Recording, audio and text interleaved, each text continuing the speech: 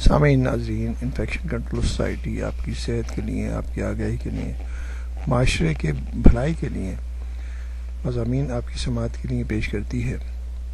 ذہنی اور جسمانی معذورین کے لیے جو مسائل سامنے آتے ہیں اس کے بارے میں ہم معلومات دینا چاہیں گے، اور اس کے لیے ہم نے ہیلتھ اینڈ فٹنس کے سیکشن سے، جو کہ اخبار جنگ میں شائع ہوتا ہے، استفادہ حاصل کیا ہے۔ سلیم باسط صاحب نے یہ مضمون لکھا ہے اور بہت ہی اچھے انداز میں مسائل کو پیش کیا ہے۔ ہماری جیسی دنیا میں انڈیا، پاکستان، بنگلہ دیش وغیرہ میں ذہنی اور جسمانی طور پر بیمار افراد کی تعداد میں تشویشناک حد تک اضافہ ہو رہا ہے۔ ماہر نفسیات اور ڈاکٹرز سے اسے ان ممالک کے موجود خراب حالات کی وجہ بھی قرار دیتے ہیں۔ ان حالات کی وجہ سے عام لوگ بھی ذہنی انتشار اور پریشانیوں کا شکار ہیں۔ ہنگاموں، قتل و غارت گری اور امن امان کی خراب صورتحال کی وجہ سے خواتین، خصوصاً بچوں پر اس کے نہایت خوفناک اثرات مرتب ہو رہے ہیں۔ اگر ہم پاکستان کو دیکھیں تو پاکستان کے سب سے بڑے شہر کراچی میں لوگ گھر سے نکلتے ہوئے ڈرنے لگے ہیں۔ اسی طرح دوسرے شہروں میں بھی یہی حالات ہیں۔ صاحب ثروت افراد نے اپنے گھروں اور دفاتر کے لیے نجی گارڈز کی خدمات حاصل کر لی ہیں۔ گولیوں کی تڑاتڑ اور ایمبولنس کی سائرن اب اس شہر کے باسیوں کے لیے معمول کا حصہ بن گئے ہیں، مگر ان کی وجہ سے اعصاب پر جو برے اثرات مرتب ہو رہے ہیں ان سے ذہنی اور جسمانی بیماریاں تیزی سے بڑھ رہی ہیں۔ اب سے چند سال قبل کیے گئے ایک سروے کے مطابق پاکستان میں ذہنی معذور اور اسپیشل افراد کی تعداد 25 لاکھ یعنی 2.5 ملین کے لگ بھگ تھی۔ ڈاکٹروں کا خیال تھا کہ ان بیماریوں کی ایک وجہ قریبی رشتہ داروں خصوصاً کزنس کے درمیان ہونے والی شادیاں ہیں، مگر اب یہ خیال بھی غلط ثابت ہو رہا ہے، کیونکہ بعض ایسے جوڑوں کے ہاں بھی ذہنی معذور بچے پیدا ہو رہے ہیں جن کے باہمی رشتہ داری بھی نہیں تھی۔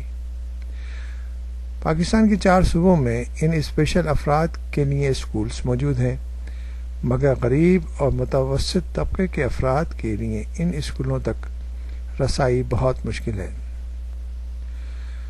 سابق صدر ضیاء الحق کی ہدایت پر خصوصاً کراچی میں اسپیشل افراد کے لیے نہ صرف تعلیمی ادارے قائم کیے گئے بلکہ ان کے سفر کے لیے بھی رعایتیں دی گئی تھیں، اور سرکاری ملازمتوں کے لیے ان کے لیے 2% کوٹا بھی مقرر کیا گیا تھا۔ اس کی وجہ شاید سابق صدر کی اپنی اسپیشل بیٹی زین تھی، جس سے وہ بے حد پیار کرتے تھے۔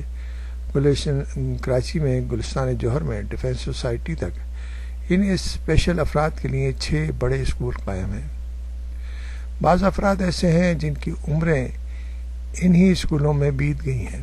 عام طور پر خیال کیا جاتا ہے کہ اسپیشل بچے 25-30 سال سے زیادہ عمر نہیں پاتے، یعنی 25 سے 30 عمر تک کی عمر سے زیادہ نہیں ہوتی، مگر بعض اسکولوں میں 50 ایئرز کے عمر کے مرد و خواتین موجود ہیں۔ یہی حالات ہم دوسرے شہروں کے اندر بھی اندازہ لگا سکتے ہیں۔ جتنے بھی بڑے شہر ہیں ہمارے جیسے ممالک میں، انڈیا، پاکستان، بنگلہ دیش وغیرہ میں اور سری لنکا میں، یہی کنڈیشن دوسرے شہروں کی بھی ہے۔